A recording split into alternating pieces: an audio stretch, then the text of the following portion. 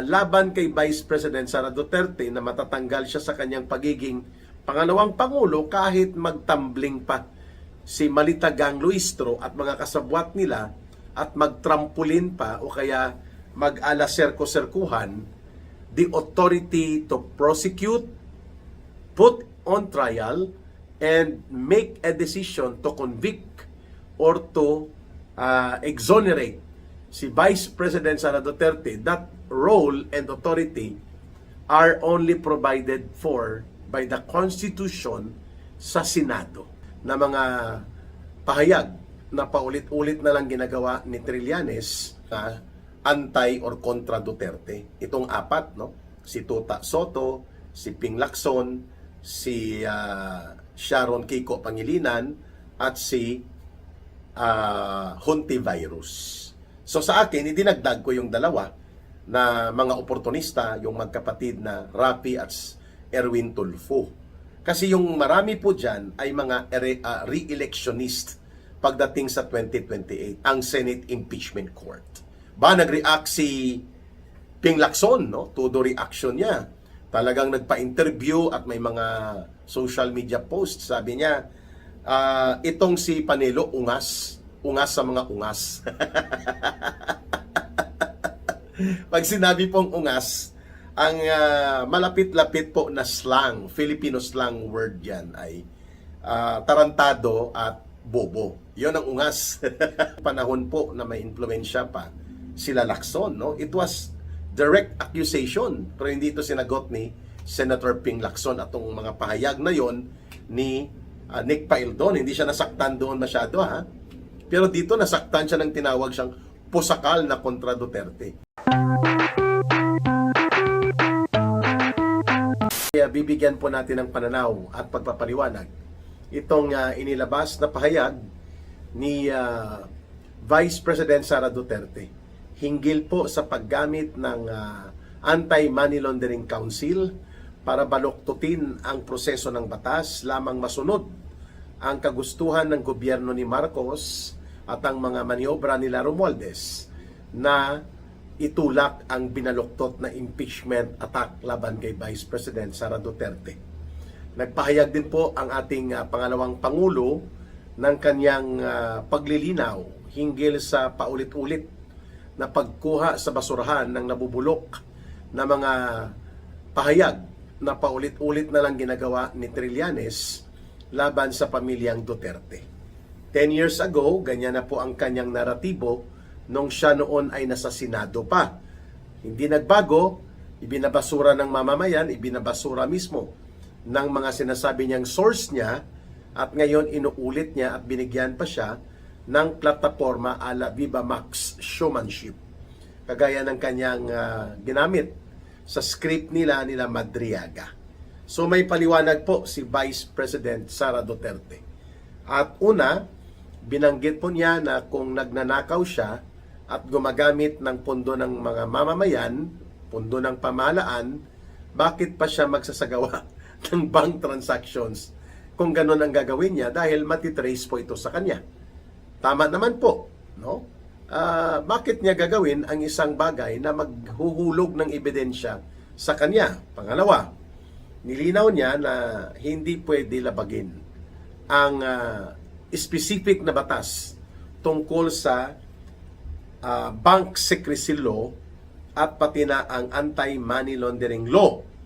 Kailangan po may court order at mayroon lamang mga ilang mga pagkakataon na pahihintulutan ng korte o pahihintulutan sa batas na walang court order kung talagang makikita ang malakas na possibility or yung strong probable cause to believe na may mga illegal transactions. So, limited lang po yan. Hindi pwede basta-basta yan gawin ng Anti-Money Laundering Council. In short, yung ginawa ng Anti-Money Laundering Council po, mga kababayan, pagpapakita ng abuso sa kapangyarihan at kawalang paggalang sa mga batas, including ang saligang batas. Sa panayam nga namin kay Atty. Harry Roque, tinawag niya ito na criminal operations.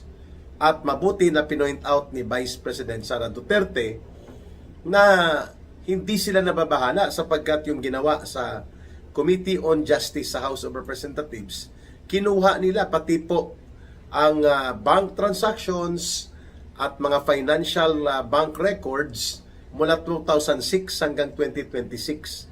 Almost 20 years yan, mga kababayan, upang ipakita na kunwari bilyones ang transaksyon na pinasukan ni Vice President Sara Duterte at ng asawa niyang si Mans Carpio.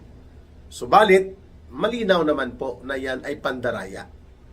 Hindi lamang illegal, labag sa batas, sa Bank Secrecy Law, sa Anti-Money Laundering Act, at pati na rin po, mga kababayan, sa pandaraya sapagkat hindi nangangahulugan na ang isang mahabang transaksyon ng deposits, withdrawal, at ano pa man na mga pagkakaroon ng financial transactions ay nangangahulugan na nagnakaw ang isang tao unless the correlation of established belief for a probability of a cause na may nangyaring ganon ay mayroong kaakibat po na magkakadugtong na pangyayari o magkakadugtong na mga sirkumstansya.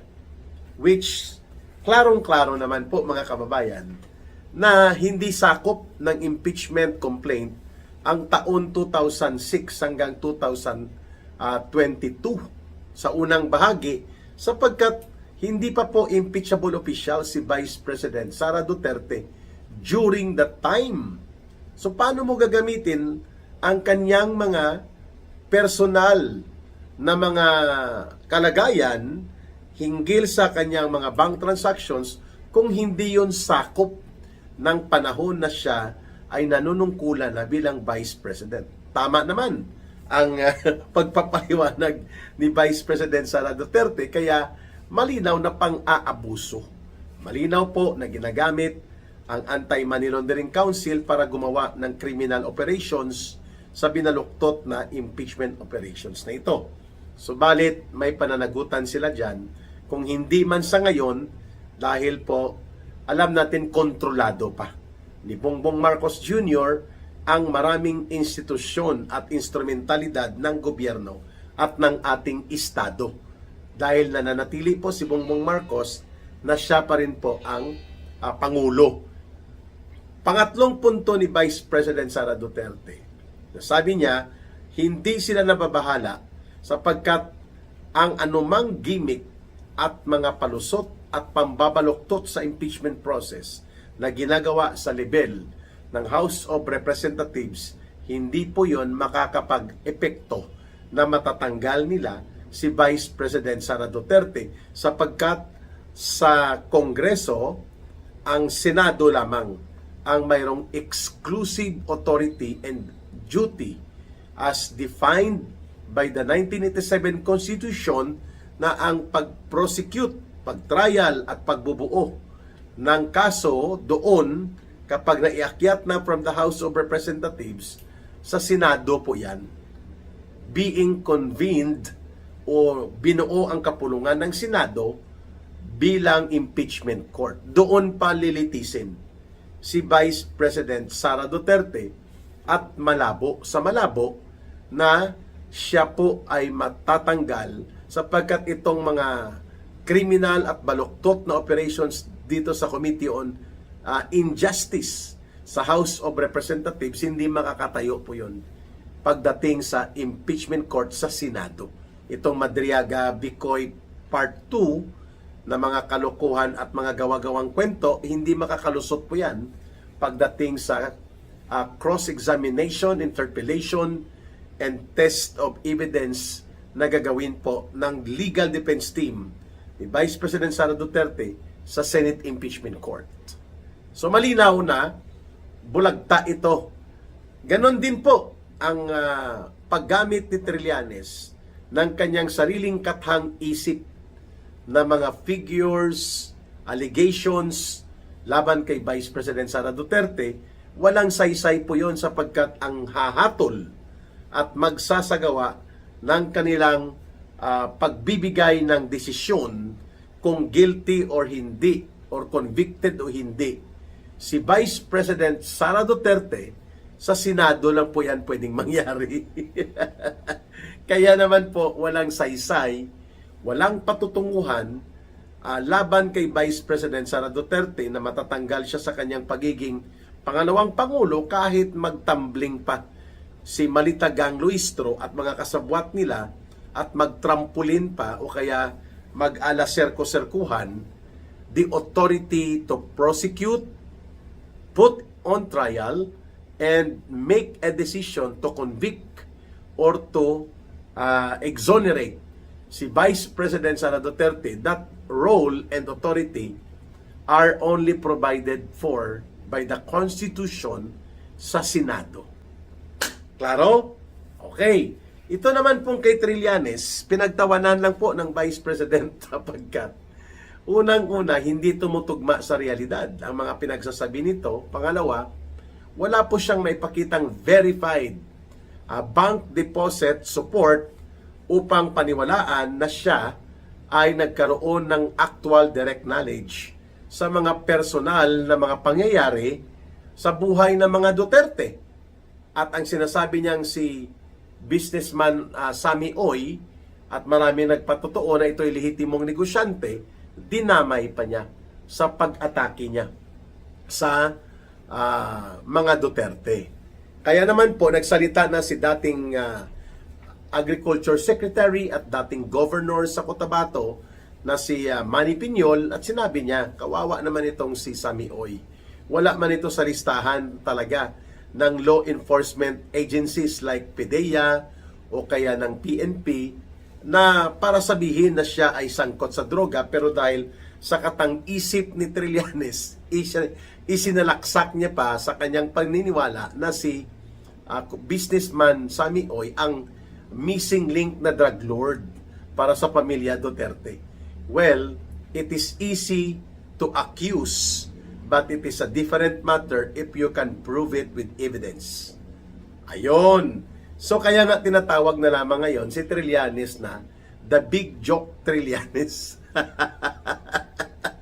Salamat naman po at naging matatag pa rin ang paninindigan ni Vice President Sara Duterte na hindi siya maaapektuhan dito po sa mga maniobrang marurumi upang ipilit na baloktutin ang impeachment operations para lamang maipaakyat ito sa Senado at doon ay sabi ng mga House of Representatives, lagot si Sara Duterte.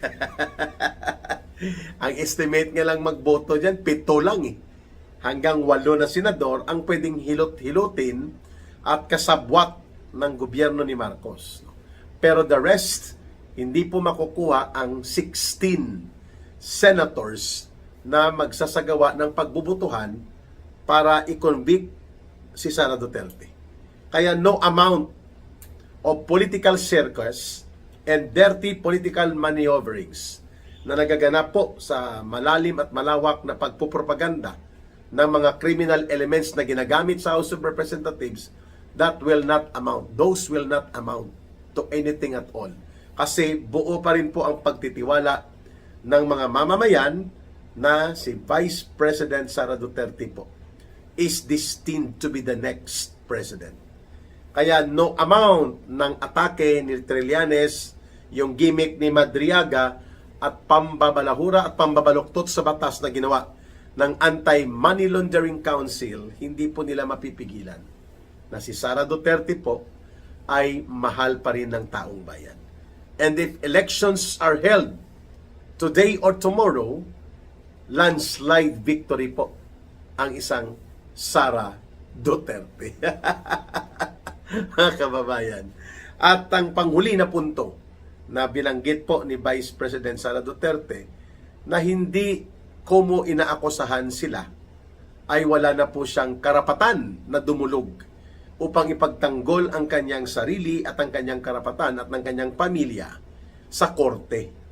Kaya nga inaantay natin na baka hindi maka first base.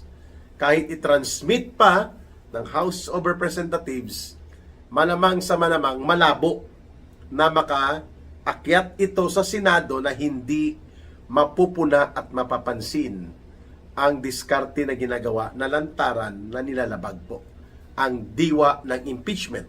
Kaya, who knows, baka mauulit at mukhang doon patungo ang panibagong desisyon ng Korte Suprema na magbabasura muli sa pandaraya, pang-aabuso at mga kawalang paggalang sa batas na uri ng maniobra para sa impeachment laban kay Vice President Sara Duterte.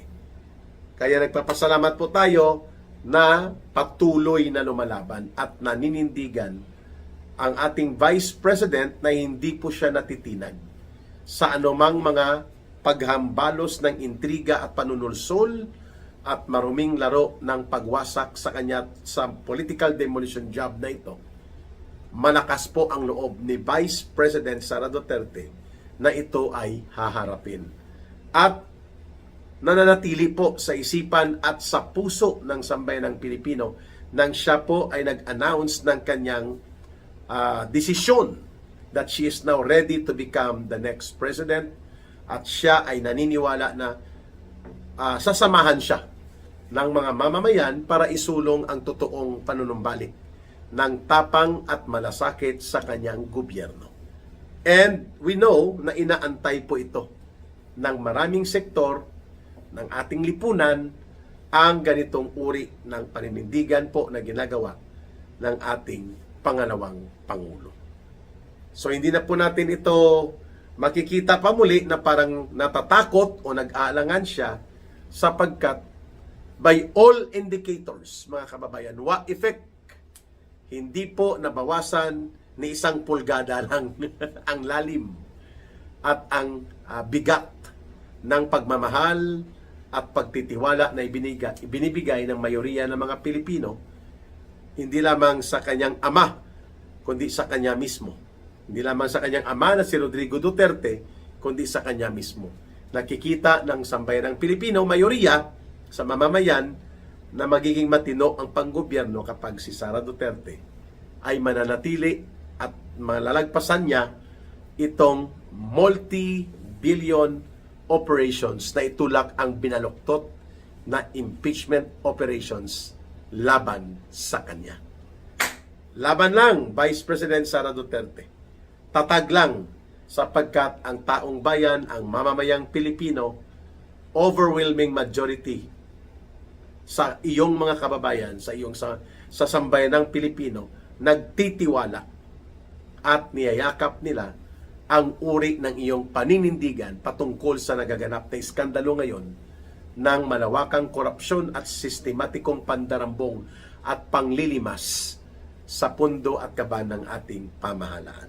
You will be the answer to bring justice dito po sa nagaganap na mga kabulastugan at malakihang pangdarambong when the decision of the people to elect you as the next president becomes final.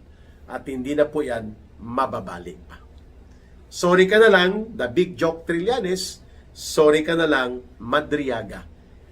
Your baluktot na mga pahayag will not hold water at the Senate trial should the impeachment articles will be transmitted doon sa Senado. Nagsalpukan na mga pahayag na ginawa po ng mga public figures. May kaugnayan ito sa projections ng kung sakali mang iakyat sa Senado at magkakaroon ng impeachment court at impeachment trial. Itong binabaluktot at binabalahura, binabalasubas, yun ang pinaka-term, no? Na ginagawa ngayon nila Marcos at Romualdez na pinapayagan nilang ilarga ang katarantaduhan na impeachment attack laban kay Vice President Sara Duterte. Ang trial po nito ay sa Senado. Sakaling ito ay mag-convene as an impeachment court because that is an exclusive authority of the Senate granted by the Constitution. So, ang ibig sabihin po ng exclusive, hindi malinaw, ha? Sabi ni Luistro. Ang ibig sabihin ng exclusive ay malinaw. Hindi po. Ang malinaw ay clear. Ang exclusive ay para lamang. Yon ang ibig sabihin. Exclusive para lamang. So pag sinabing exclusive to the Senate, para lamang sa Senado. Napapatungkol lamang yan sa Senado. Ang pag sinabi po natin ang tinatawag na impeachment trial. At doon lamang po mahahatulan si Vice President Sara Duterte ng convicted or absuelto, not convicted. Yes or no yung botohan dyan, pero explain mo siyempre ang vote mo dyan sa plenaryo ng impeachment or sa collegial gathering ng impeachment court where the senators will act as the impeachment court judges. Ayun. Yun po ang ibig nating sabihin kung bakit ang pakahulugan ng exclusive para lamang. Ayun, hindi malinaw, no? Bugok din ito si Luis Tron na sa sobrang bungangera niya kung ano-ano na lang lumalabas sa bibig niya pero hindi niya may paliwanag itong na-disallow at pinabaklas na lang niya na proyekto niya ng mga cat's eye, yung parang nagre-reflect na gadget on the road, no, na overpriced ng masyado by kung si Mayor Magalong pa, overpriced by almost 800%. Wow, walong beses po na inakyat ang presyo, no. Allegedly ang proyekto sa Batangas 2nd District ni Luis Tro, ganun po ang ginawa niya at binaklas na lang at hindi na nagagamit, no. Dapat nga ito siya ang iniimbestigahan, no. Makapal talagang apog nito ni Maletagang. Syempre utos yan ni Romualdez at ni Marcos ang ginagawa niya.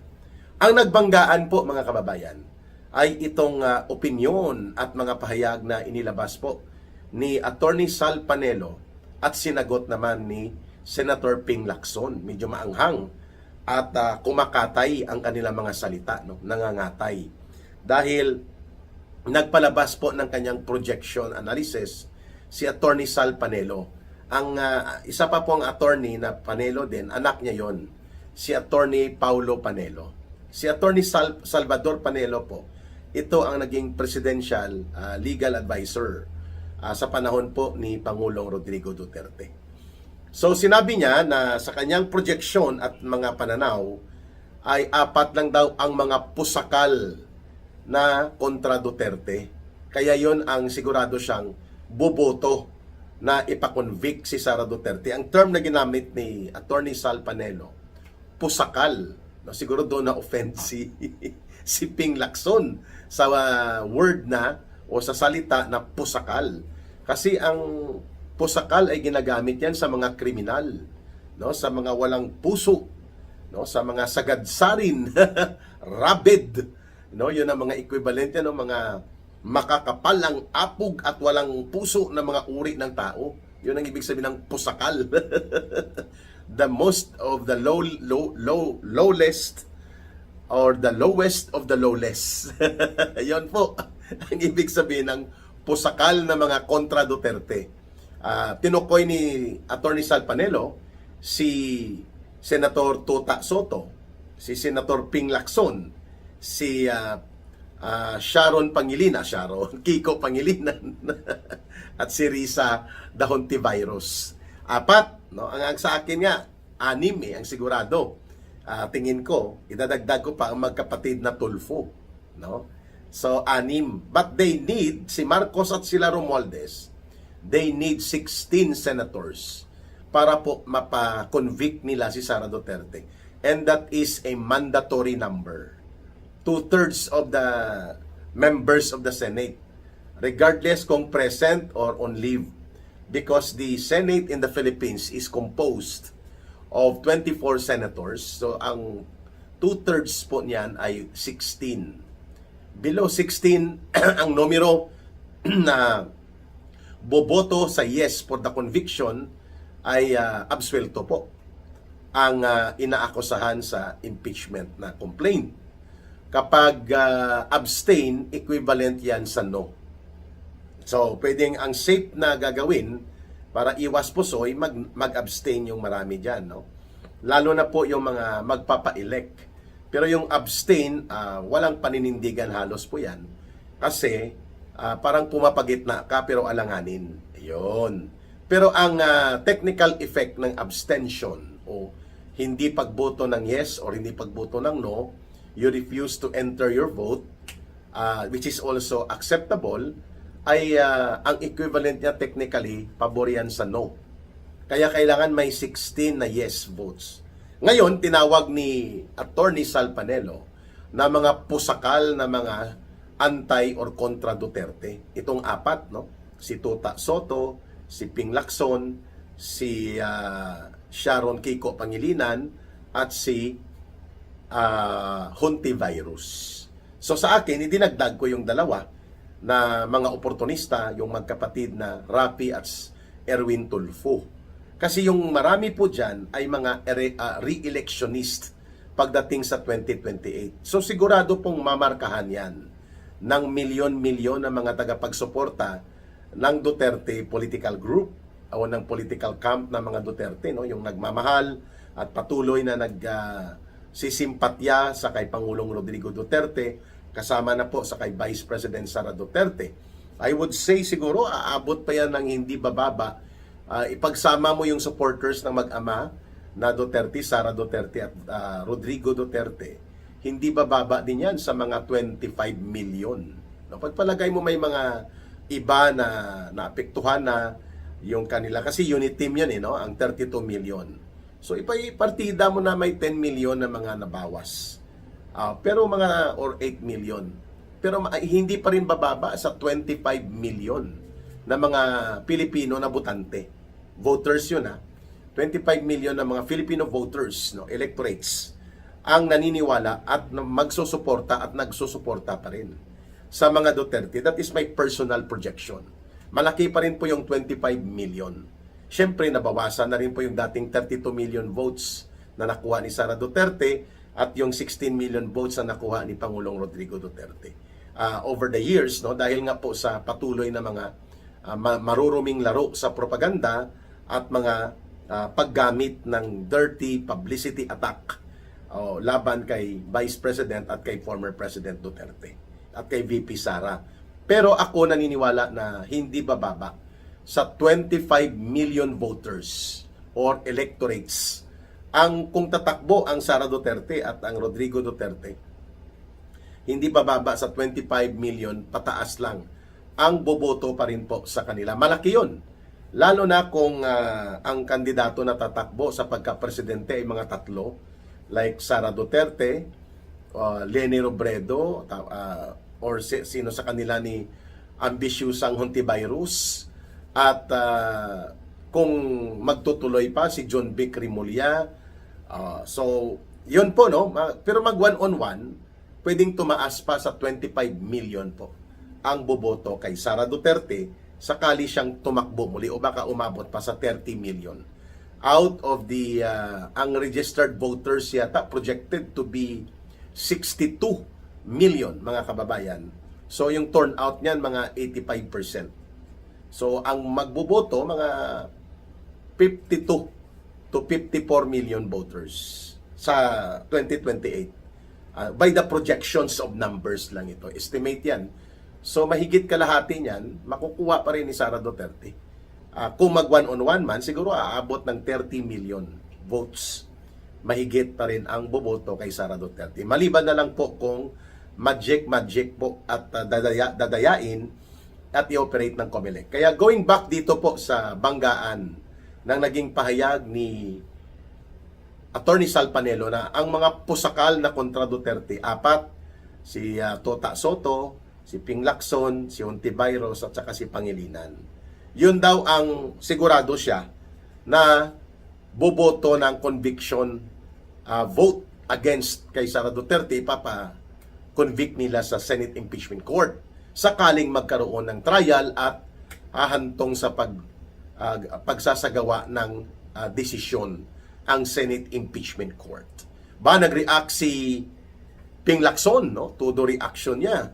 Talagang nagpa-interview at may mga social media posts. Sabi niya, itong si Panelo, ungas sa mga ungas.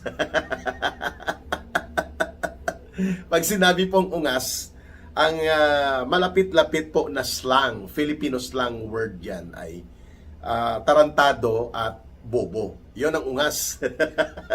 Combination ng tarantado at bobo, mga kababayan. So, grabe ang ganti, no? Tinawag na pusakal na kontra Duterte. Si Lacson at ang sila Soto at Pangilinan at Ontiveros, sinagot ni Lacson si Attorney Sal Panelo na ungas sa mga ungas, no?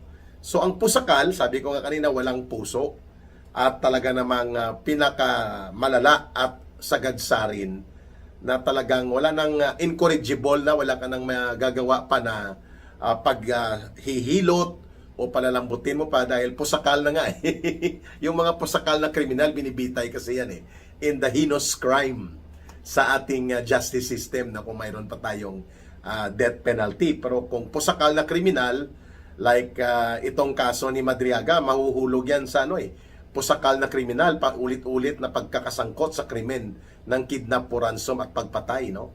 So, pusakal ang tawag dyan. So, nasaktan itong si Ping Lacson, ha? Wow, may damdamin pala si Ping Lacson, ha? May feelings din siya, ha? Talaga lang, ha? Pero hindi siya nasasaktan pag tinatawag siyang special agent na bayaran at kinokontrata ng Malacanang ayon sa persepsyon ng maraming mga Pilipino dahil sa kanyang diskarte na tabon-tabunan at pagtakpan si Marcos at si Romualdez bilang mga itinuturong mastermind dito sa 1.5 trillion pesos or more na iskandalo ng pangungulimbat at mga pandarambong sa pundo ng pamahalaan. Sa Senate Blue Ribbon Committee, ayaw niyang magtestigo dyan. Ang mga mabibigat na mga testigo, pinapakulong, like ang Diskaya couple, nakakulong na. Ang si Sergeant Gutesa, binaliktad at itinago na. At pati po itong 18 former soldiers na naging security personnel detailed to Saldico at naging staff niya, hindi rin pinayagan. Hindi rin pinatawag sila Congressman Leveste, sina Governor Chavit Singson, at pati po si former Undersecretary Adrian Bersamin na direktang tumatanggap ng mga malimaleta na mga tuni-tuniladang pera na dinideliver po na mula sa pinagnakawan from Saldico bilang budigero sa sindikato nila Marcos at Romualdez, inihahatid sa bahay nila Marcos at Romualdez doon sa Forbes Park. So 18 former soldiers po ito, plus na una na itong binunyag ni Sergeant Gutesa na pinatotohanan din ni Saldico. At yun nga, hindi siya nasasaktan na kinu-question siya ng mga tao na obvious naman na he is as if acting as a special agent of Malacanang dito sa ginagawa niyang pagtatabon-tabon, pagtatakip at mga maniobra sa Senate Blue Ribbon Committee para mapaabswelto at mailihis po ang kriminal na pananagutan bilang mga mastermind kay Marcos at kay Romualdez. Pero nang tinawag siya ni Attorney Panelo na pusakal na kontra Duterte ba, ginantihan niya si Attorney Panelo ungas sa mga ungas. At ang redeeming factor lang daw, or ang term na ginamit niya, saving grace. Wow. Saving grace daw ni Attorney Sal Panelo, ang kanyang anak ni si Attorney Paulo Panelo, na mas matino at maayos ang pag-uugali or karakter. Wow, nag-lecture si Ping Lacson sa pag-uugali at karakter. Hindi nga niya sinasagot yung akusasyon sa kanya ng dating Customs Commissioner Chief na si dating Marine Captain Nicanor Faildon, na nasasangkot ang kanyang anak doon sa mga smuggling issue ng semento. At sabi ni Captain Faildon, ni Customs Commissioner Faildon, by the billions of pesos po ang nawawala sa gobyerno dahil sa smuggling ng semento na pinapalusot nung panahon po na may impluwensya pa sila Lacson, no? It was direct accusation, pero hindi ito sinagot ni Senator Ping Lacson. At itong mga pahayag na yon ni Nick Faildon, hindi siya nasaktan doon masyado, pero dito nasaktan siya ng tinawag siyang pusakal na kontra Duterte. At antayin natin kung ano magiging sagot ni Attorney Sal Panelo nang tinawag siyang ungas sa mga ungas, at pasalamat lang daw siya at matino ang kanyang anak, hindi kumpara sa kanya na si Attorney Paulo Panelo. Nakita ko rin po ang post ni Attorney Paulo Panelo. Interesting. Sabi niya, "My father, Attorney Sal Panelo, is capable enough to defend himself." So, ang sa akin lang, nagpapasalamat din ako kay Senator Lacson for his kind words, but I am also supporting the views and projections made by my father. na yun nga, hindi makukuha yung 16 votes of conviction from 16 senators against Sara Duterte. Okay, mga kababayan, very interesting po ito. Nagpapakita ito na mahapdi ang sugat ng katotohanan. No? Minsan, sa sobrang hapdi ng sugat, hindi ka na makapag-react. Kagaya po ng kahapdi ng sugat ng katotohanan na pinagtatakpan at pinagtatabon-tabunan ni Ping Lacson.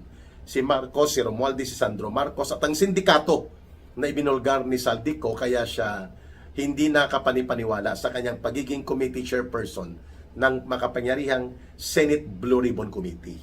Ganon din po kahapdi siguro yan sa maniobra nilang ginawa ni Tito Soto, ni Tota Soto, nang binosala nila at ginamit ang silent majority na maniobra para yung Senado ay maging tameme dahil minority numbers po ang bumabangga sa mga maniobra at kabulastugan ng gobyernong Marcos at Romualdez.